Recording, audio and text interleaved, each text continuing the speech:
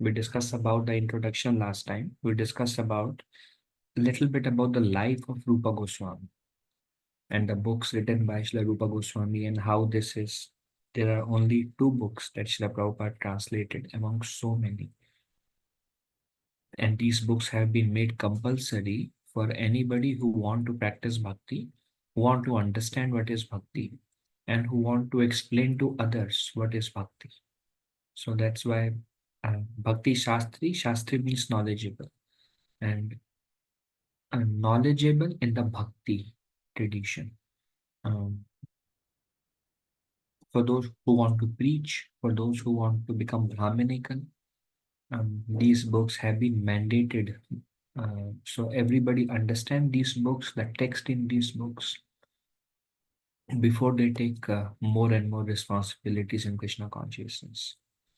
Um, And we also discussed we may know, we may hear, we may not be able to practice it for maybe decades. Then we also discussed how uh, these 11 verses, this nectar of instruction, is the 11 instructions by Rupa Goswami. And these 11 verses takes one from the very beginning stage of Shraddha to the ultimate stage of prema, love, which is the goal.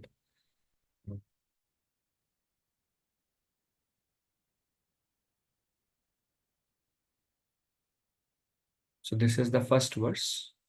Vacho vegam, manasa krodha vegam, jiva vegam, udaru prashta vegam. Etar vegan yo visaheta dhira, sarvam apiman, prithvim sashishyat.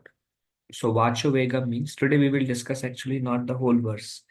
I wrote in the text, but then I realized I cannot finish the whole verse. Today we will discuss vacho vegam and mana vegam. How to, now vega means to um, um, tolerate.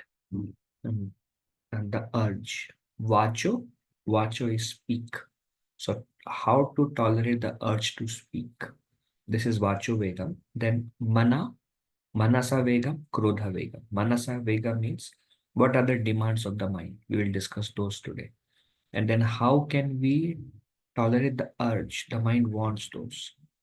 So how can we? Vega means tolerate the urge of the mind.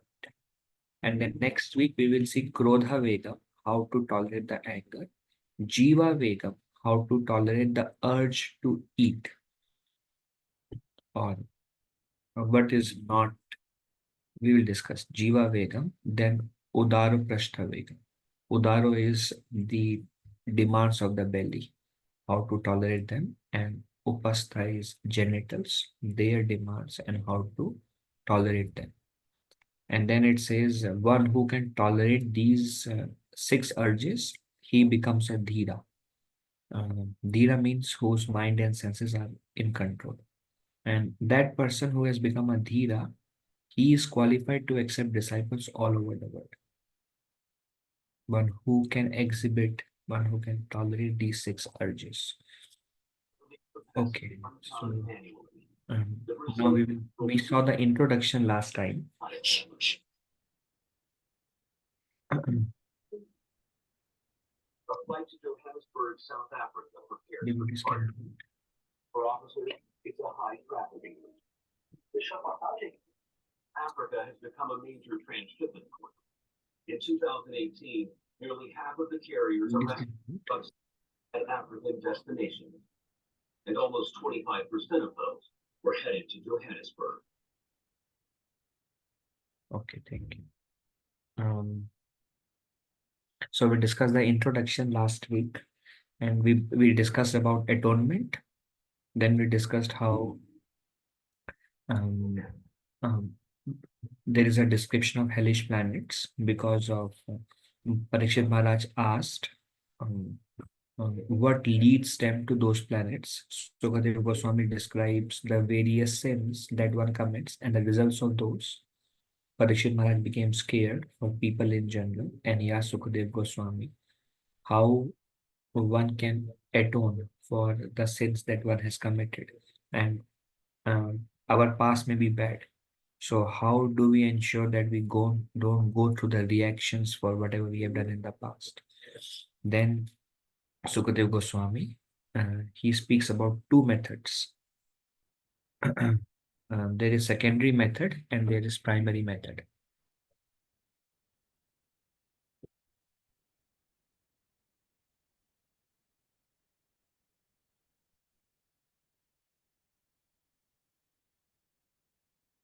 There is secondary method and there is primary method. Um, so this is from Srila Prabhupada's purport. Real atonement involves coming to real knowledge. A human being is meant to be trained according to the certain principles which is described as tapasya. This involves practicing austerity. This is secondary method, is uh, doing certain things which are considered as atonement. And this involves practicing austerity. Like some people, they do some kind of wrong things and then they say, for 1 month, I will not eat sweets. So there's like practicing certain austerity.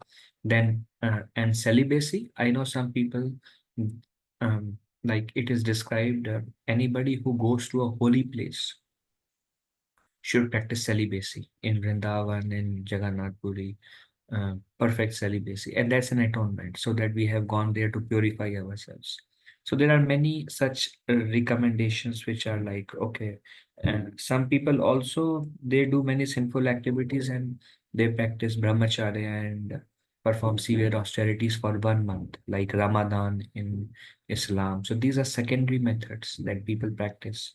So this involves practicing austerity and celibacy, brahmacharya, by controlling the mind, by controlling the senses, by giving up one's possessions in charity. Some people, they give charity as to counteract something wrong that they have done. So I'll give this so that, they make some money by foul means and then they give a small portion to the temple toward one.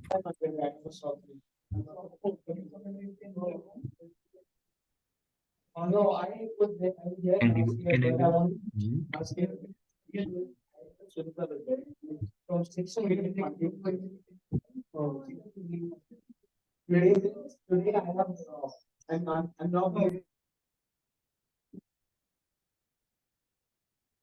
Okay.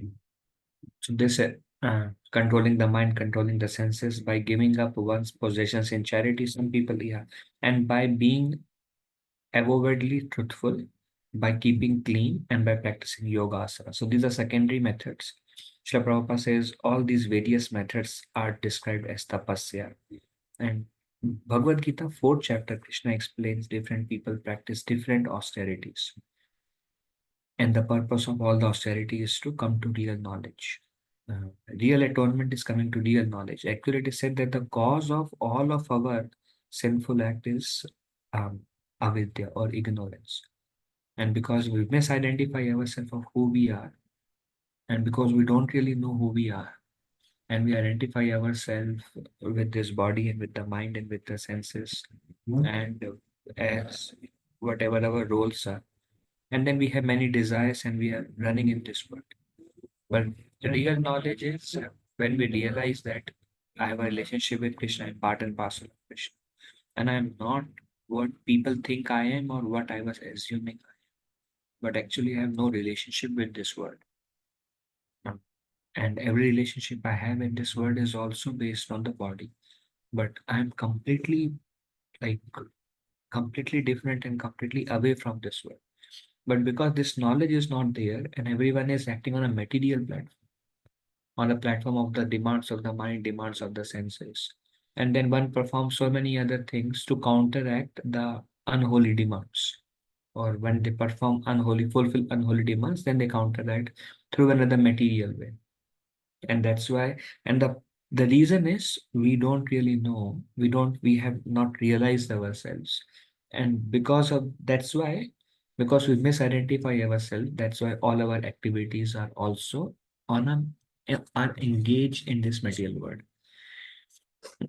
So then when people are not self-realized, then they make mistakes, and then there are some material things that they can do to counteract the mistakes they have made. But when this answer was given by Sukadev Goswami, Maharaj Parikshit was not very much peaceful. And we discussed last week, he gave an example of elephant bathing He bathes, comes out, put the mud all over him, and again becomes dirty. So what's the use of that bathing? Another example is of a church. They go on a weekend, they confess the wrong thing they have done, and then they go out in the rest of the weekend because the desires are still there. They again engage in those sinful activities, and they have a feeling, right now let me engage in sinful activity. When I go to the church, I will confess to the pastor again and I'll become free from it. So that kind of atonement, Parishit Maharaj says that's useless. Sukadev Goswami becomes very pleased with that answer. Then he describes the primary method. Uh,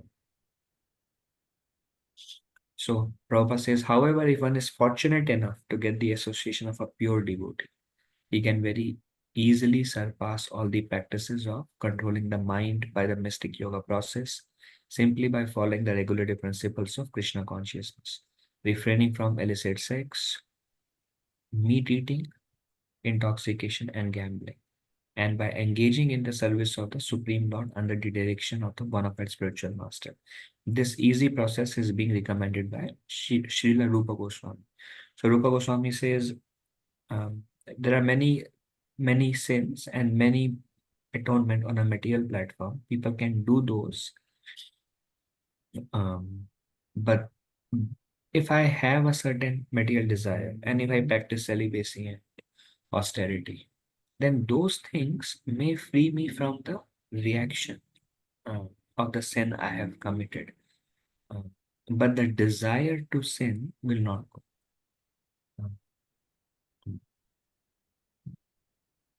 I want to do something wrong just because I fast for one day will not take the desire to do that wrong thing again. So the purification is not there. Just the reaction is minimized, but the purification is not there, and that's why it's called secondary method. Means um, surface level we are reducing our suffering, but the root cause, like there is an example. Uh, there are boils in the body sometimes, and this boils occurs because of the impurities in blood. But somebody who put some ointment and the boils are healed, then boil is healed here, then boil will appear in this hand. You heal this boil, the boil will appear on the legs or various places because the root cause is the blood is impure, and we are trying to put some ointment to take care of the boil. But if the doctor gives him some medicine, the blood is purified, then the boils occurs no more. So likewise, the reason um, um, we do all the sinful activities, it is said because we identify ourselves with the mind. And when the mind wants something, then we think that this is what I want. Or we identify ourselves with the senses. When senses want something, then we want, if they're unholy also, we want to serve them. So because we are misidentifying ourselves, that's why ignorance is the cause, the real cause of all this. And the secondary methods is like putting an ointment to get the boil off, and purifying the blood, which is the root cause, is gaining transcendental knowledge, um, becoming purified from within. So then the desires itself goes up. You still using the charger or not? I need to use a block to charge my calculator. Okay, sir. No, I just need a charging block because the computer doesn't have that. Right.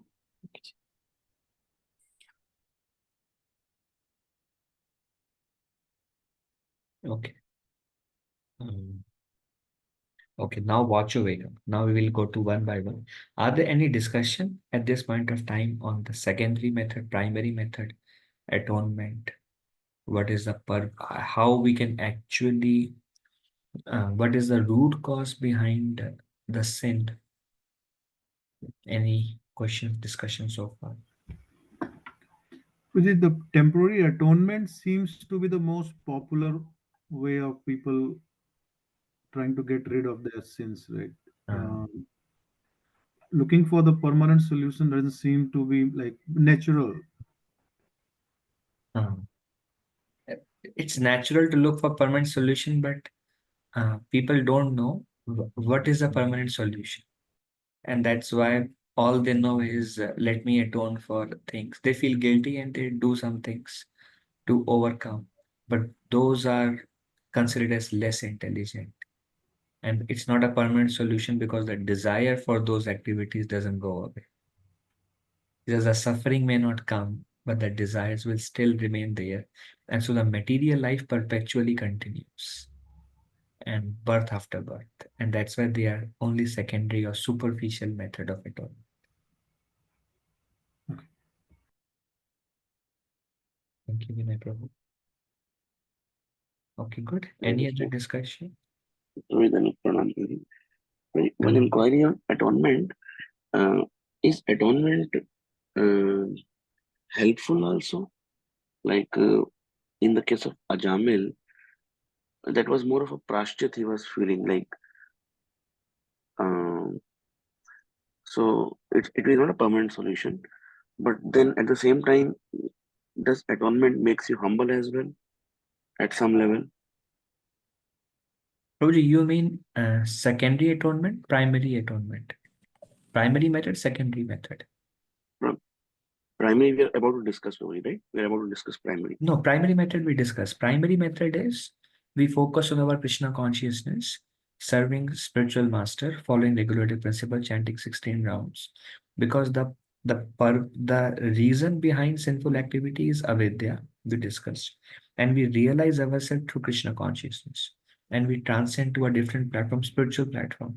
Then when we are not on a bodily platform, the heart becomes pure. Those desires go away. And when the desire itself is not there, then there is no question of sin and there is no question of atonement. It's not so it's permanent solution, like purifying the blood. Uh, okay, but yeah, I was thinking on the other way. Yes, perfect, perfect. I think the Hare Krishna question is, Prabhuji. does Uh, even the secondary atonement help? Prabhu, your question is, does the secondary atonement help? Yes. Well, Prabhuji, it will help to the suffering will reduce. Like karma is there. Anything I do, the reaction will come to me. So what I am doing is I am purposefully taking the reaction by my own will. I'm accepting voluntary suffering. So then the suffering which is destined is reduced. This suffering, I'm not destined for it. I'm voluntarily taking. This is tapasya, Prabhupada said. So I'm reducing my future suffering. Okay. That makes sense, Prabhuji? Yes. Hare Krishna Prabhuji. Ramasham. Prabhuji, even in the secondary atonement, people are in the Muslim that they eat even in during the Ramadan they eat the meat and other things. So how that is going to help? Because even they are trying to purify, they are trying to control their senses, but still they're making so many sins, eating the meat and killing those animals. So Yeah. So there is some atonement, morning till night, no water, no food. So that will reduce. I mean, we are not promoting that method. Rupa Goswami and Parishit Maharaj says, the Parishit Maharaj calls it useless. Sukadeva Goswami says, amazing, Parishit Maharaj. You pointed right way. It's useless. But it's useless because it's still less the cycle of birth and death in different bodies, everything just continues. Just little suffering is reduced, but those desires continues. We again keep on engaging in sinful activities. So it's not a permanent solution. But it helps, little bit helps. okay, Is it? Prabhuji, thank you. Yeah. Thank you. Yeah, and we discussed last time also Ajamil, like Anantha was mentioning, many sinful activities he did. Um, Yamdutas, when they came, Vishnuta stopped them. Vishnuta said because he chanted name of Narayan. Yamdutas also don't know the power of holy name. So Yamdutas are telling, sir, no celibacy, no tapasya, no austerity, no control of mind and senses, no yoga, no mysticism. He didn't do anything, then how can he be nullified from everything? But Vishnuta says all those are not required. He chanted Narayan and everything is done. So that also specifies, okay, one is secondary, one is primary. Primary is way more powerful. Krishna consciousness takes care of everything. Another way to look at the principle of atonement is Lord Krishna says, Apiche suduracharo bhajante mamanane sadhu deva samantavya samyak vyavasito hisa. If one perform the most abominable activity, but if he is still situated in Krishna consciousness, he is considered sadhu. Some devotee does something wrong. He drinks sometimes, he maybe eat meat sometimes, especially new devotees, or does some illicit relationship. I mean, those who are very beginners, they may do certain things. Or maybe let's not take that example. Somebody he's fixed up, but he makes a mistake. Because Prabhupada says one can make a mistake because Maya is very powerful. But then Lord Krishna says, I still consider him sadhu. So sometimes people make some mistakes and they come and ask, they say, how do I atone? I did something I should not have done, or I lied, or I did so many things. As practicing devotees, if you're not pure, we make mistakes. Then the answer is always there is no need of any atonement. They said, what do I do? How can I atone? There is no need. Just get up tomorrow morning, chant your 16 rounds and keep practicing your Krishna consciousness and try to be sincere.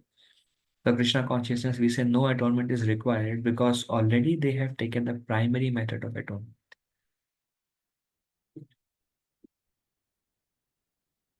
Okay, any other discussion on this? Hare Krishna Prabhu, I just had a thought that came when you were sharing that. However, the other side of it is also one of the offense that don't commit sinful activities in the strength of holy name. So, Prabhuji, yes, Prem Pallavi Mataji, very wonderful point. So, one is it's about the mentality. Like Srila Prabhupada says, occasional fall down. The Prabhupada says sometimes the Maya is so powerful and it's just, we may make a mistake. Prabhupada says occasional fall down. One is, oh, I want to enjoy, but I know this is not good. But anyways, I'm chanting holy name. So, one is, we are taking the clutcher of the holy name and commit sinful activities, that person will be severely punished, it is mentioned. But those who are really trying to be sincere and once in a while may occasionally fall down, then no such atonement is required. It's about the mentality. Roji, I just have like a real quick question on this. So, like, what if we know, okay, this is not good, and we are doing like chanting, we are getting strength to not do it, but eventually one day or another we just fall into the trap. So, like, what, how to like overcome this? It's a tough question, Gagan bro. So, Prabhu, we try to be sincere, and if there is some um, activity which is unconducive, we may pray to Guru and Krishna um, to please give me strength uh, so that I can overcome. We may have a sincere desire.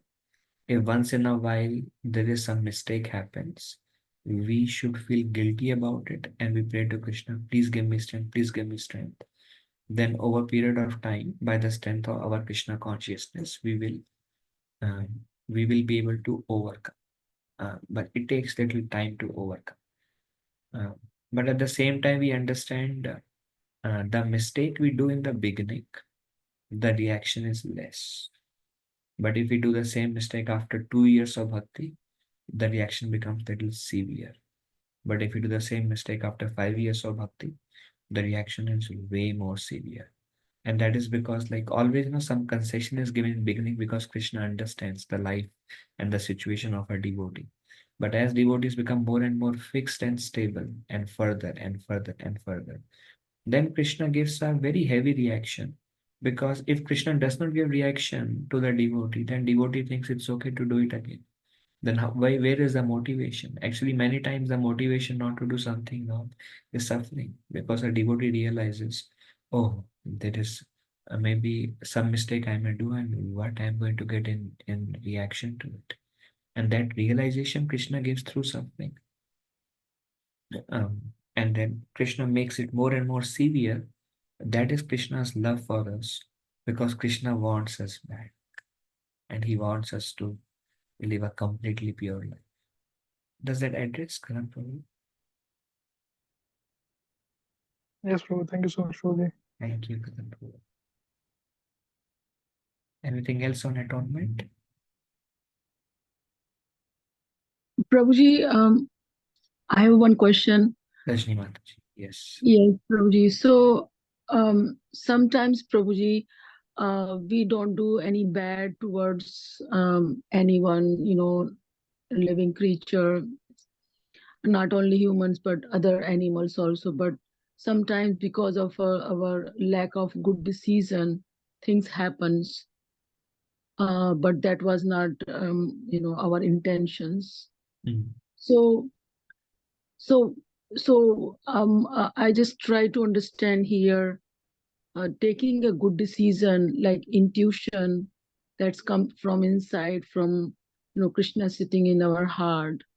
So, is there any correlation between that intuition, strong intuition, and making a good decision on any particular activity, with Uh, advancing in Krishna consciousness? I think guidance helps Mataji in those situations. Openly sharing and okay, what to do, what do we not do. And that's how we become more and more clear on making certain decisions. Sometimes situations are tough. Sometimes it's a tough decision to make. Uh,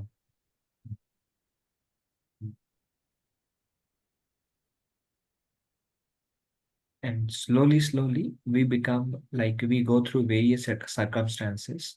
And in devotee association, we understand how to react in those circumstances. And that's like one more step of training, one more step of training. And then when those situations repeat, then we understand, okay, how to act in this situation because I have taken guidance on this subject matter in the past.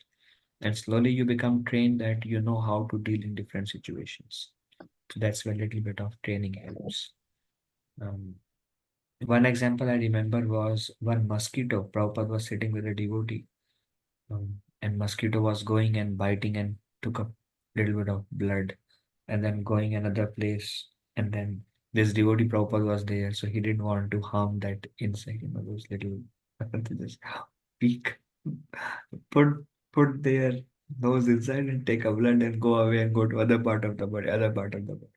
So this mosquito is constantly going, and this person like this, and then he removes, and he doesn't want to harm him. And then Prabhupada said, you can kill him. And then Prabhupada gives an example of how Shastra says that envious living entities can be killed, and there is no reaction. And the example of them is snakes and scorpions.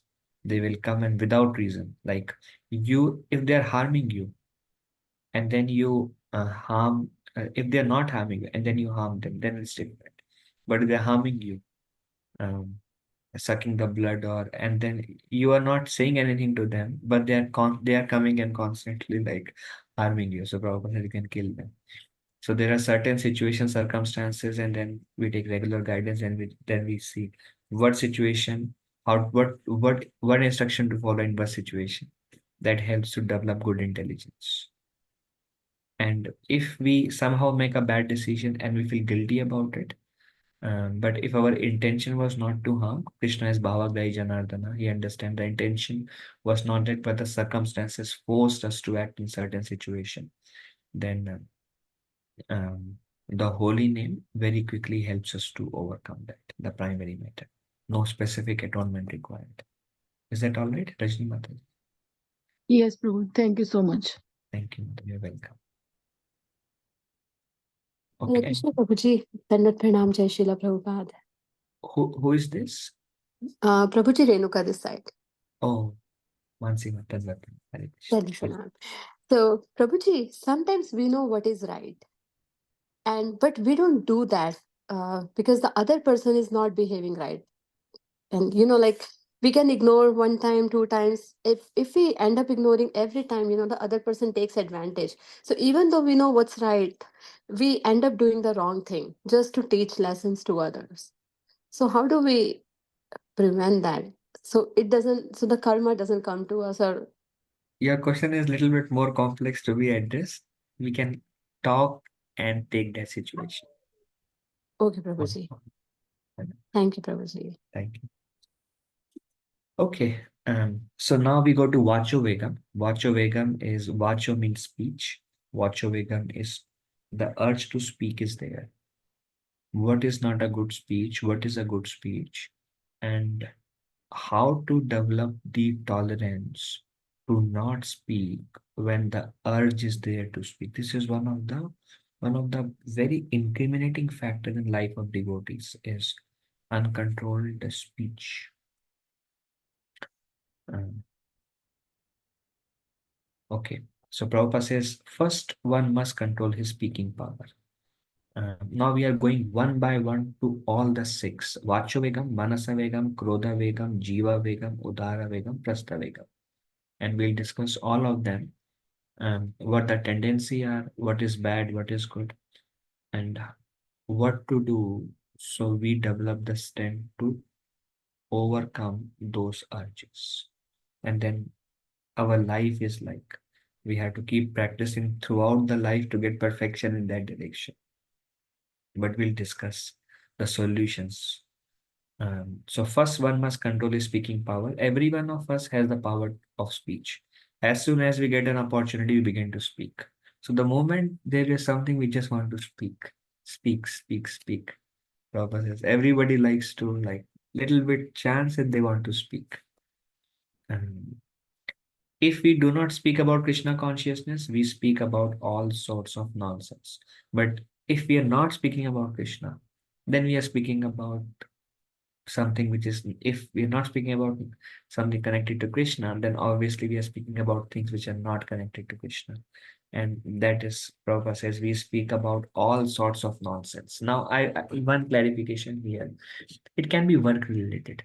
That is fine. But things like we are sitting on a table and eating some prasad for devotees of regular people, eating some food, and then we start discussing about maybe some politics affair, maybe not about Krishna, but maybe anything. And it's not about work. It's not about our duty or responsibility. It's just this happened, that happened. Then this is Prabhupada from those perspective. We want to speak when there is nothing to speak. And if you're not using that speaking power to speak about Krishna, then immediately we end up in speaking about all sorts of nonsense. The example given is a toad. A toad is like, mendak, uh, frog. A toad in a field speaks by croaking. So you see him in the water.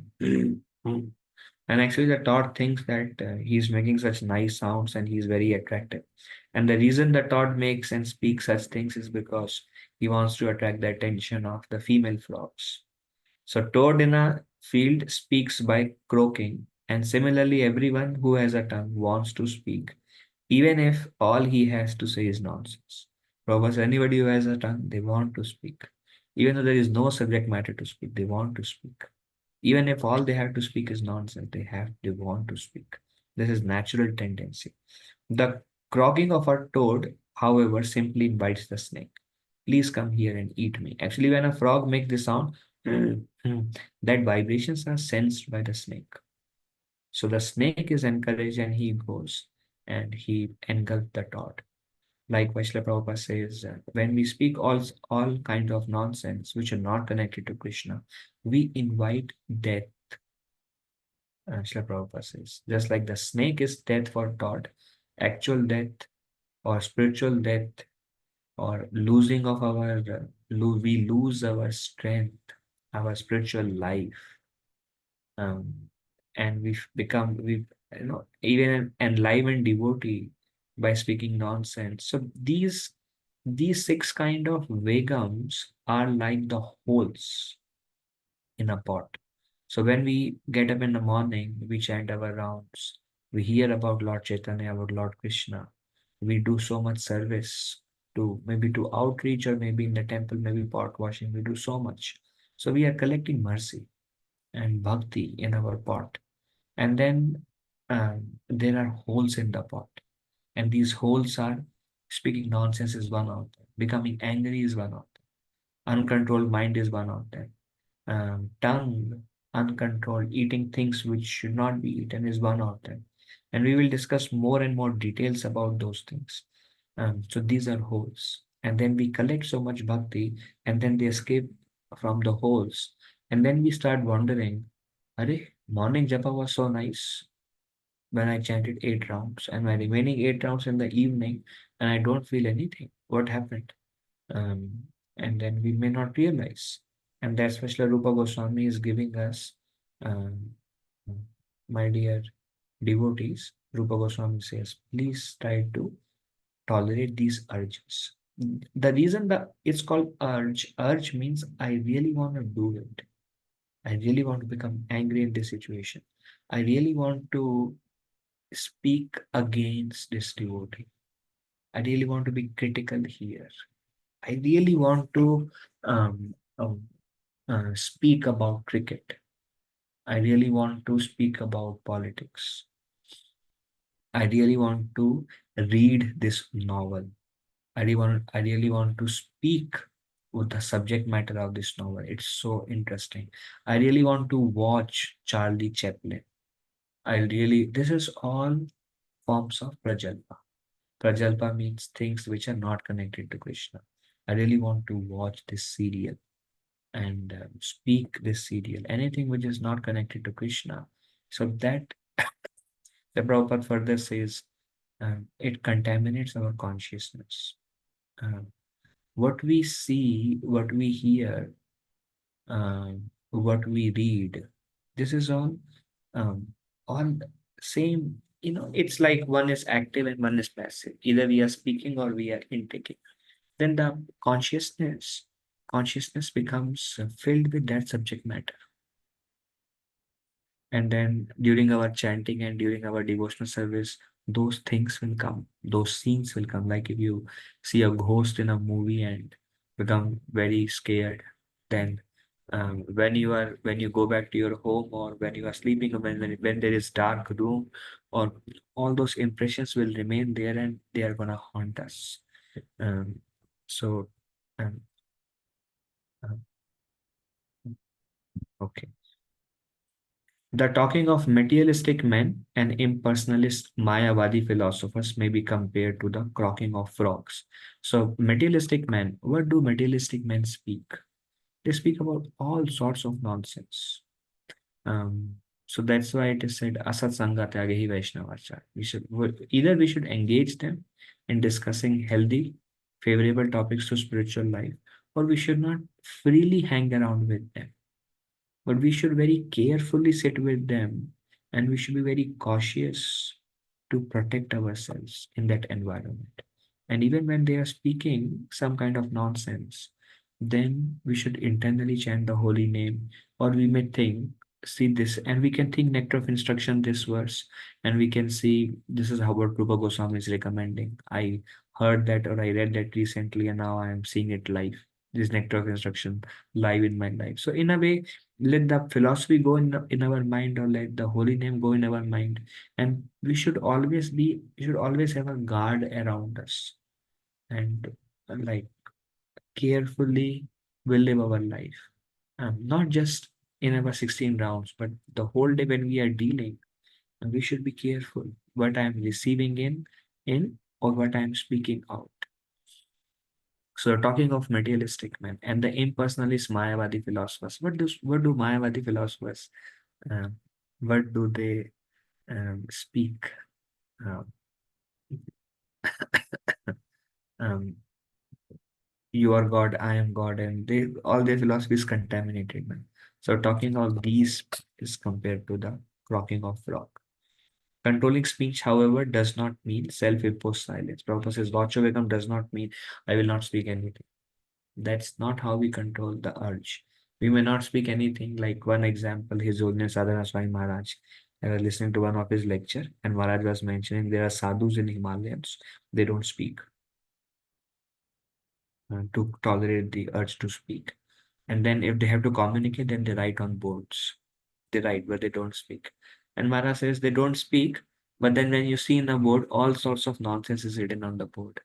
This is what they are dealing with, and we must take action against. And they write everything. They have the communication, maybe less communication, but still the communication is all nonsense.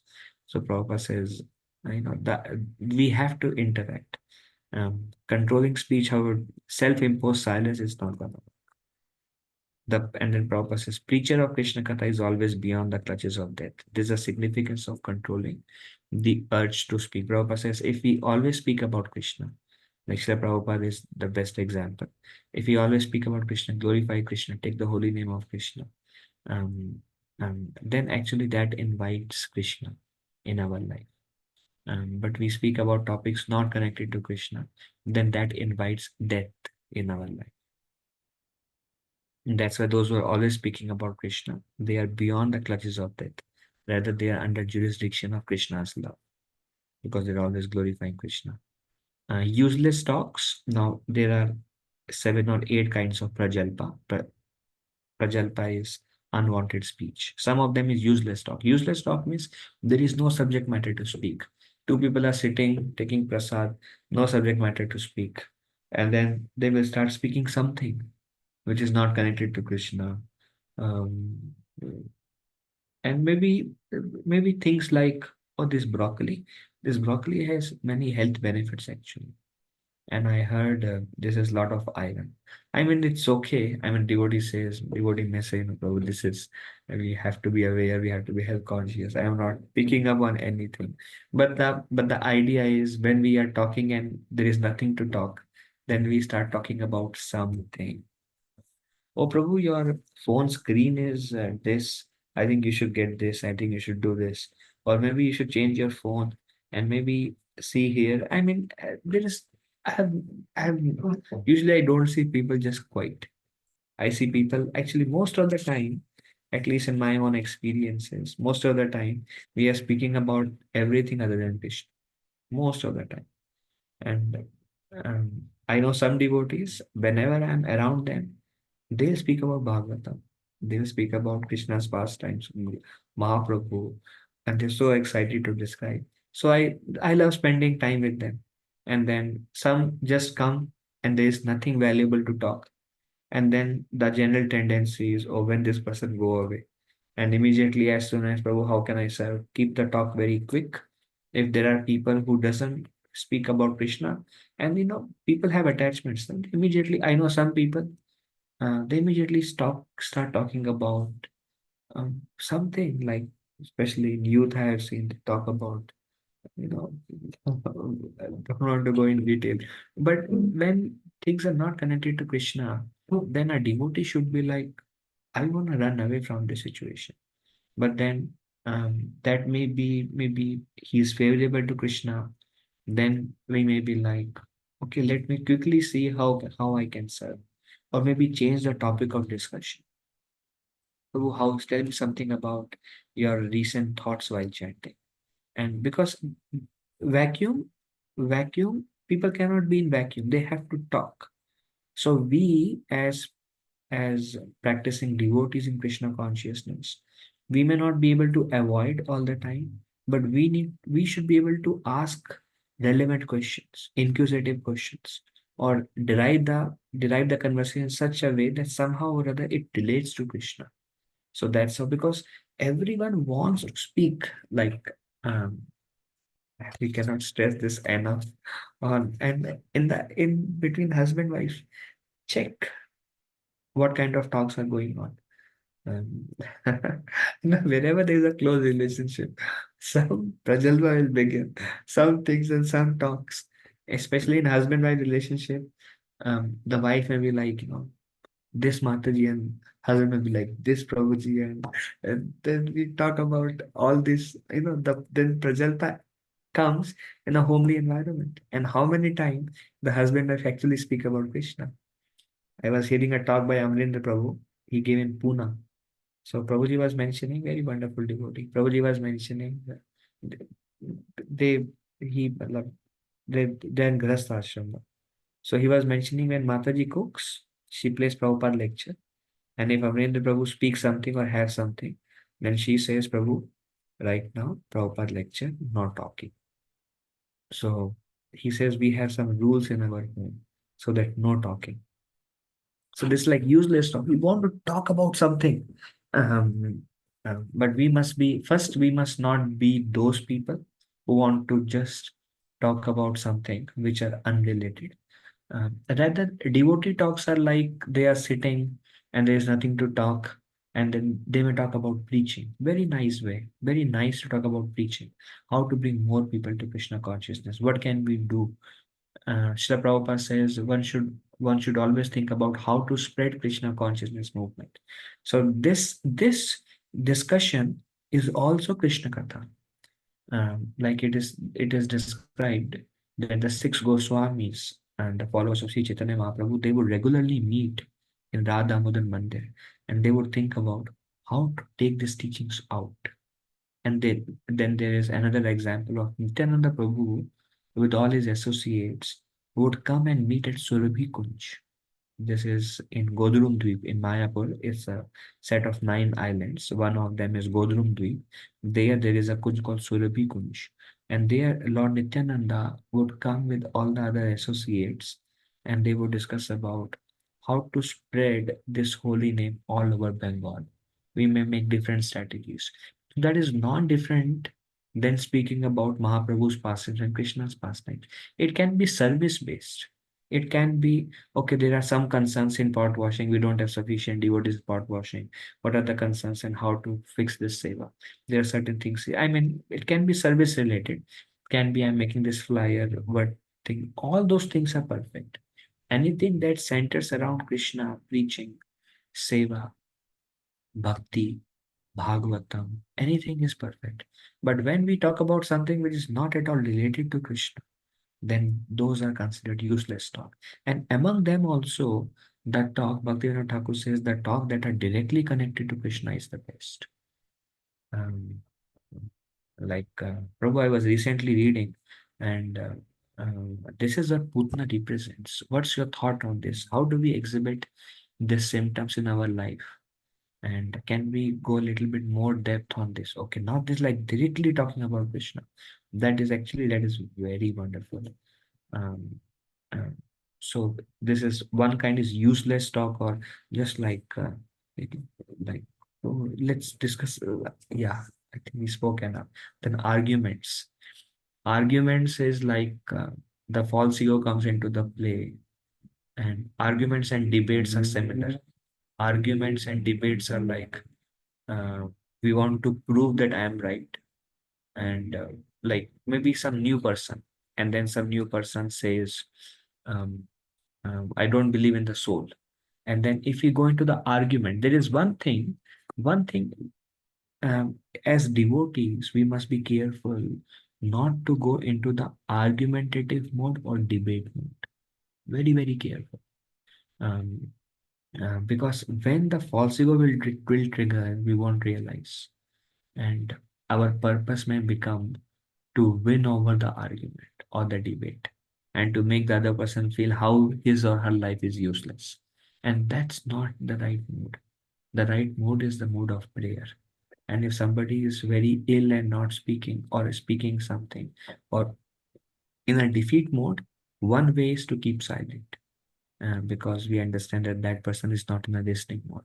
And if we have to speak and things are there, another way is you just inside your heart you pray to Krishna. Krishna, please help me. Like how Srila Prabhupada, we were discussing Markine Bhagavad Dharma, uh, the poem that Prabhupada wrote in Boston Harbor. And Prabhupada says, please make my words suitable so they may be able to understand. And once they understand um, the like glories of your when they hear your glories, you make my words pure, and you make them understand your glories. And once they understand the teachings of Lord Chaitanya and the path of bhakti, and the bhakti process, and then their hearts will be engladdened, enlivened, and then they will surely become very enthusiastic in this direction. So please make my words suitable for them. So one must not go into the argument and debates, because another reason is we are not here to download the philosophy. Um, we may heard enough and then we have to prove the other person wrong. Many times we have seen devotees use the philosophy to prove their point, that is argument.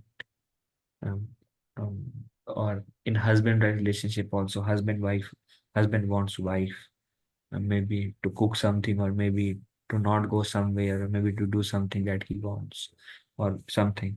And the wife may have, and the wife is quoting Shastra, how she is right, and husband is quoting Shastra and how he is right, and they both are arguing and thinking that they are presenting Krishna conscious arguments, but then actually both are acting on false egos. So this is very, very subtle actually, this form of prajalpa. So one must be very careful. Arguments, gossip. Um, gossip is um, like you heard about somebody from somewhere, and then you say, "Hey, that person. Um, I heard about that person, that he goes there actually. He's also involved with this. Nobody knows, but I know." And now you listen, and then this is like gossiping. Gossiping means we hear something, and then we have a urge to speak, and we find lot of joy in speaking about somebody else. If you glorify devotees, all glories to you. That's wonderful. We must glorify devotees. But gossip is like, so this is like, we want to speak about some, and we have a strong urge. Like it's like थोड़ा मसाला डालना है बातों में. थोड़ा मसाला आता है तो we add some spices. We heard something, we add our own version, add some spices, we say, makes it very exciting, grab the attention of other person is super excited. We all are talking about somebody else. It has nothing to do with the process of bhakti, nothing to do with seva, nothing to do with preaching. It's just you want to discuss something, want to speak something, and something that I may have heard and that sounds exciting, and I want to develop relationship with you, and we both should have an exciting talk. So we pick up somebody else's topic and let's talk about it for 1 hour spent, and then we go from here to there to there, and this is all called gossip. And fault finding in others is like we see um, somebody, maybe somebody did something, and then we saw that, oh, he didn't do the right thing, suppose. um, and then we go to somebody, I saw him doing that in this way. And maybe see, somewhere fault finding is necessary, and where the fault finding is necessary, if you are in a role of an authority, or if you are leading a particular seva, um, and then somebody sees a fault in a seva, and he comes and tells the authority, I saw that, with the intention not to put down the other person, but with the intention that this is not how things should be, and there are mistakes happening. Prabhu, I just want to bring it to your notice. So that place, fault finding without envy is not a problem. But then we are just talking among, peers and equals about somebody else's fault, and we find joy in finding fault. The thing is, we have envy in our heart. When we have envy in our heart, fault finding, those who are envious, those who have envy in their heart, I mean, maybe most of us in the group, at least I can say I'm full of envy in my heart. So when we have envy in our heart, somebody else's fault sounds like nectar to the ear. And we find a lot of joy in speaking fault of others. Feels so good about it. And we feel so good by hearing fault about others. And why we feel good by speaking somebody's fault, or we feel good by hearing somebody else's fault? Because gives us a sense of feeling that I am better. I don't do that. And it is said that when we speak somebody else's fault with joy, that fault will enter us. And in few days, we will end up making the same mistake that we love speaking about. And or same thing, if we hear somebody else's fault and we feel joy in our heart. Wow. Oh, ऐसा किया. Outside we may show like, oh, one should live a pure life. One should be able to tolerate one urge. This is hypocrisy actually. We see somebody else's fault, and we hear somebody else's fault, and we feel joy, and then we speak Shastra. And then we speak like how that person is wrong, and that's how we should be fixed up, and we should be this. and we feel joy that, I'm not doing, that person is doing this. In few days, we will end up. Krishna will trick Maya in such a way that we'll end up in doing the same thing again. But rather, the example is given how a devotee should feel or should act in such a way. When we hear somebody else's fault, then we should become afraid, and we should think like, oh, I can also do that thing. Today I'm not doing that. Tomorrow I may be ending up doing the same thing. Or the reason that person did that thing, the same tendency is there in me also today. मैं भी कोई दूध का धुआं नहीं हूँ. I'm also not pure saint. All these tendencies are there. And today for somebody, tomorrow for me. And um, Krishna. And then like Raghunath Das Goswami would say, we love speaking about fault of others.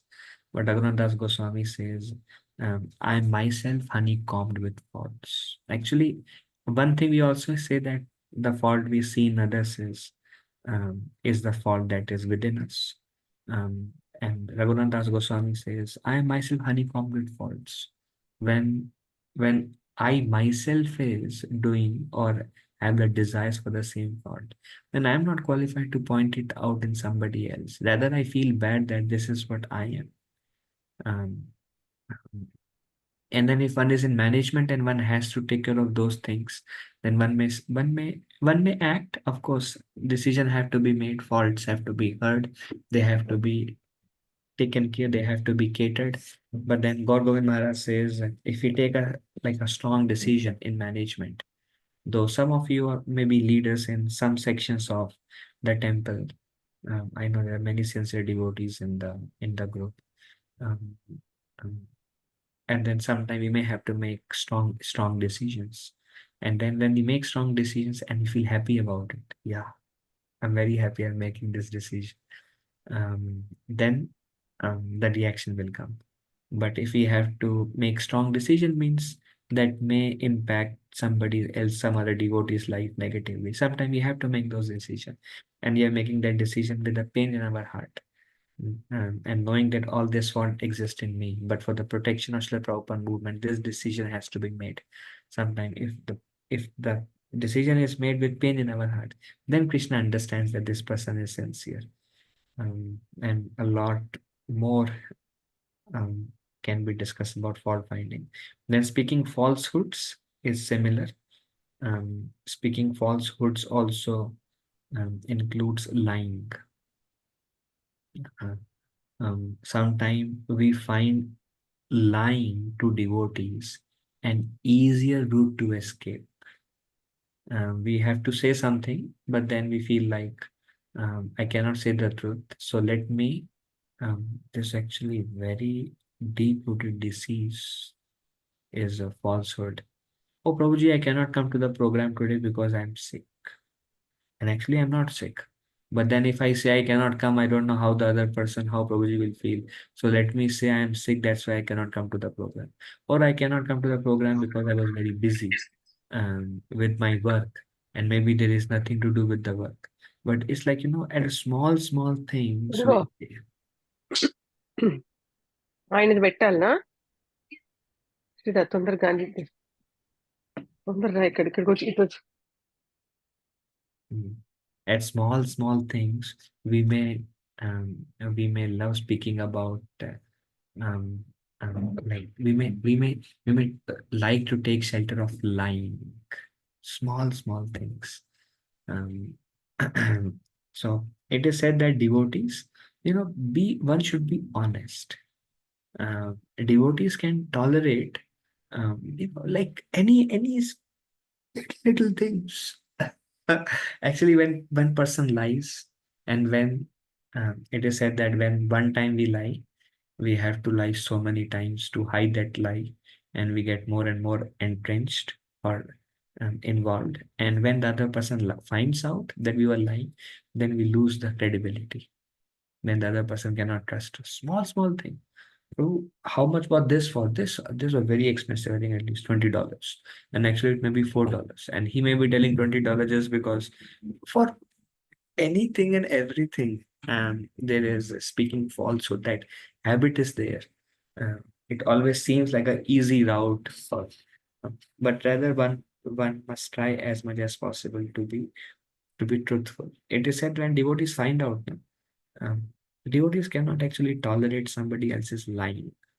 Then they're like, I don't want to deal with this person. Cannot trust this person. Then blaspheming devotees like becoming angry at them. Um, uh, like openly like becoming angry and using harsh words.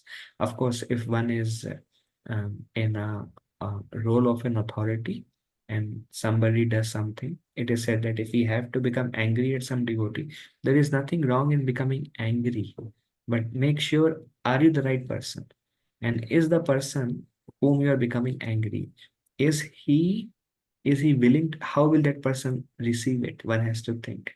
And if I'm becoming angry because I am hurt, or is it for the service of Krishna? Like Srila Prabhupada become angry, but his anger was to train the disciples. And his anger was because he would feel pain that Krishna's service was compromised.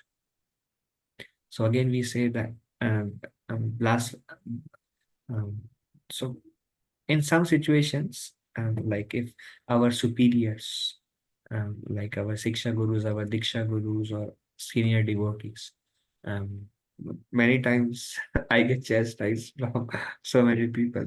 But then if it is coming from, say, our GBC, or if it is coming from like my Siksha Guru, if it is coming from senior devotees, then we see it like, okay, they have a point and I must listen to what they say, and then I accept. And wonderful.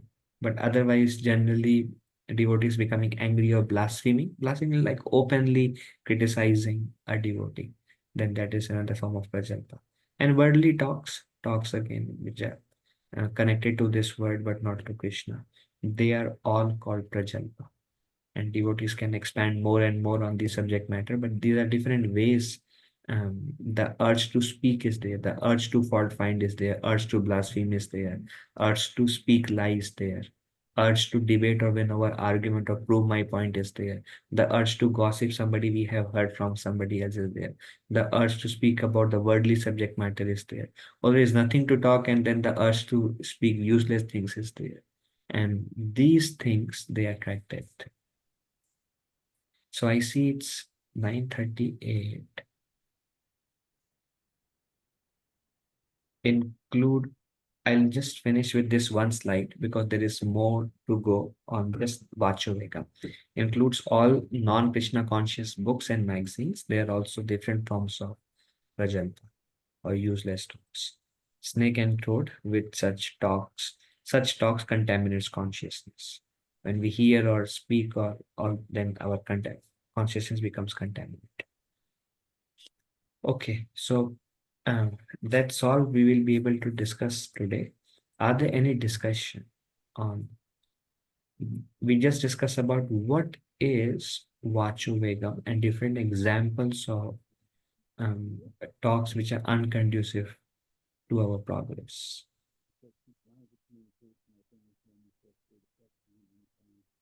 Are there any discussion?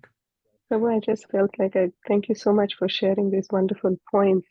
Sometimes when we see certain things that come up also, it's best that we are always guided, or, whatever we do, we have that go-to person, our Siksha Guru or mentor, as our to refer, like, hey, can we involved in this talk or not, or refrain from those conversations also.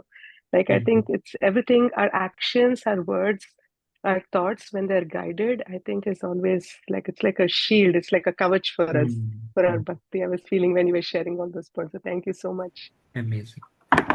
Thank you. Hare Krishna, Prabhuji, Vinay here. Prabhuji, Hare Krishna.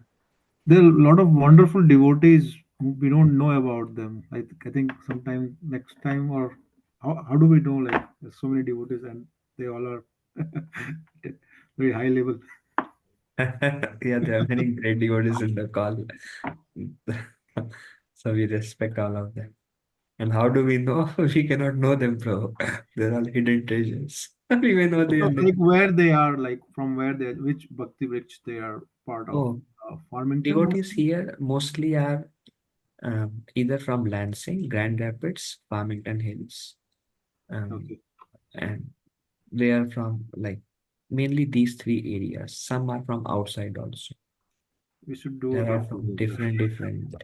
yeah, different journeys, different services. But we have come together for glorification of Rupa Goswami's book, Nectar of Instruction. Batch of 2024. And actually, some devotees have completed Bhakti Shastri multiple times, Brahman initiated, and extremely sincere. But it's just they love to discuss and hear and want to be Krishna conscious all the time. I will never have 40 dedicated devotees in association anytime, right? It's a mercy of Krishna. We are together. Thank you. Anything else? Any other discussion questions? Prabhuji, sorry for sorry, go ahead, please. Prabhuji. Okay, Prabhuji, Prabhuji, you go first. You go. I had a technical question over here. So, Prabhuji, if I have to review the videos, where can I get that? Like, do they appear in the text window? Prabhu, we will upload them on YouTube. I will ask one devotee to upload. Right now, this session is recorded. We will be recording every session. If I forget, and probably there is an auto setting, I'll turn it on. And one devotee will upload them on YouTube and we will send you the link, Prabhuji, in the group. Okay, Prabhuji, that sounds good. Hare Krishna, Prabhuji. Dandavat. Thank you. Thank you, Prabhuji. Hare Krishna.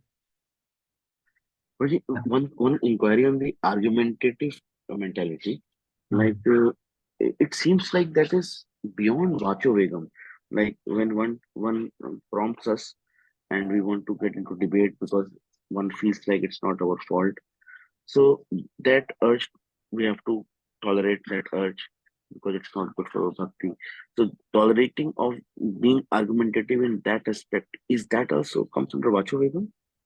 Yes, because either we are speaking or we are listening. We are listening as well also. Oh, yes, good point. Yes. The tendency is there. And then when the urge is there, and then one is the right use of intelligence to say, oh, this urge is actually not really with a bhakti intent, with a bhakti motive.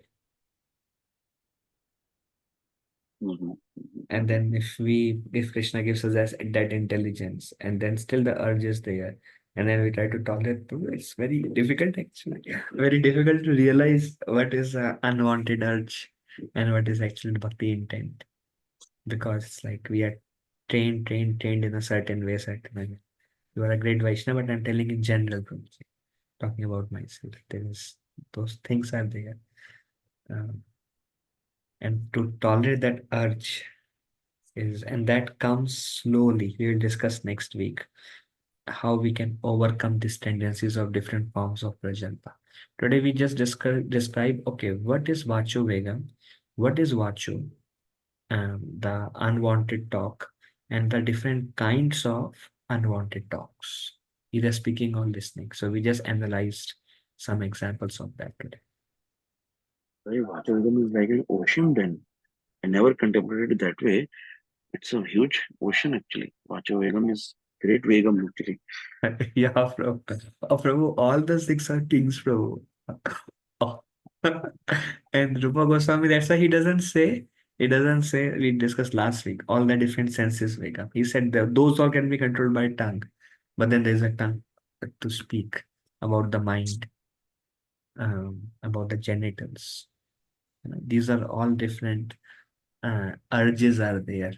And he says, first become a dhira and tolerate all these urges. Thank you. Thank you, Ananta. Hare Krishna, Prabhuji. Mataji, Hare Krishna. I think you mentioned your name. Can you remind me your name? Your initial name? Sureshwari Gopi, Prabhuji. Sureshwari Gopi Mataji. Yes, Mataji. Prabhuji, sometimes like when we are discussing about Lord Krishna, there will be some arguments like if I heard something from the lecture and somebody else heard from something from the lecture. And sometimes when we are discussing, there will be arguments. So that is healthy or no? Arguments are not good. We can say this what we heard and this is what we heard. And then we also understand that actually both of them are correct if we have heard from bona fide sources. And all contradictions merges in Krishna. And then either we may be able to understand or we can take help from some senior devotees to understand how both these things are correct. Like for example, one lecture we may hear we should not find faults. Another lecture we may hear actually finding fault is very necessary. Otherwise, how do we improve the service? And then there are more details. Okay, who can find fault? Who should not find fault? Like Srila Prabhupada said, to call a thief is not wrong. Otherwise, it may be like, I cannot be blind. If somebody is actually stealing, and then I say, oh yeah, this person has a history of stealing, one has to be careful in the temple. Now, if the person is not to condemn the other person, but the motive is the protection of the temple, then fault finding is required. Just give an example, all contradiction merges in Krishna Mandir. And we can take help from devotees instead of arguing who is right and who is wrong. Thank you, Prabhuji. Thank you, Sarishwari Gopi Mataji.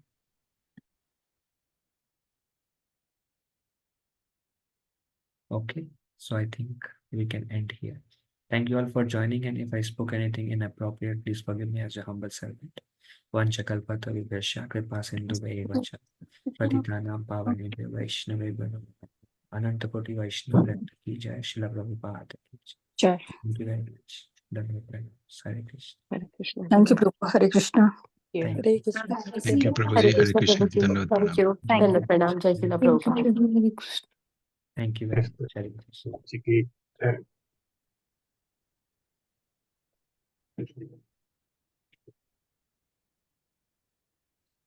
Thank you, Prabhu. Hare Krishna.